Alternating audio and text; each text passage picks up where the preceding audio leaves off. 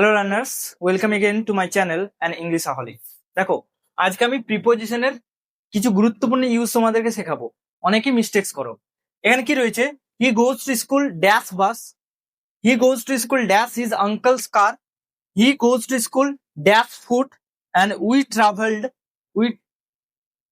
Travel dash train. Okay, চারটা মতো sentence রয়েছে। সেন্টেন্সে দেখো প্রিপোজিশনের ইউজ হবে। আমরা একটা জিনিস জানি যে এই যে বাই প্রিপোজিশনটা, বাই বা থ্রু, দুটো ট্রান্সপোর্টেশনের জন্য ইউজ হয়।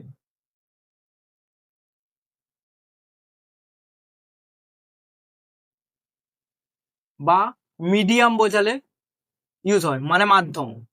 তাহলে কোনো কিছুর মাধ্যমে যাওয়া বোঝালে আমরা জানি বাই ইউজ হয়। তাহলে সব ক্ষেত্রেই তো বাই হয়ে যাবে না, জেনে রাখো। সব ক্ষেত্রে এখানে বাই হবে না। বাইয়ের ইউজ কখনো হয় আর অন্য ওয়ার্ডস এর ইউজ কখন হয়, জেনে রাখো একটা জিনিস।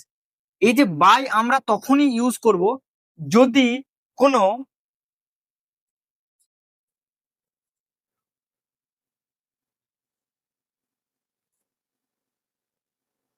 যদি কোনো স্পেসিফিক ভেহিকল মেনশন না থাকে। তাহলে দেখো, এই যে বাসে আমরা ট্রাভেল করি বা ট্রেনে ট্রাভেল করি, আচ্ছা কি এটাতে কি কোনো স্পেসিফিক মাধ্যম বা গাড়ির মেনশন থাকে না? সেই ক্ষেত্রে আমি এখানে বাই ইউজ করব, বাই ইউজ হবে। কিন্তু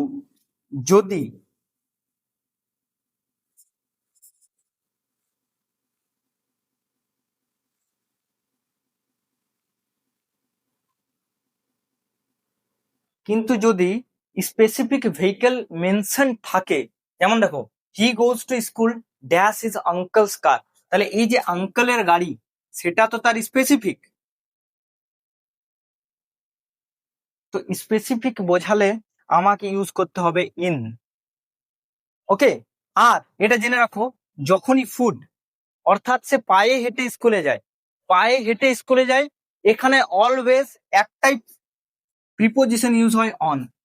তো দেখো, প্রত্যেকটা ক্ষেত্রে আলাদা আলাদা প্রিপোজিশনের ইউজ হয়েছে।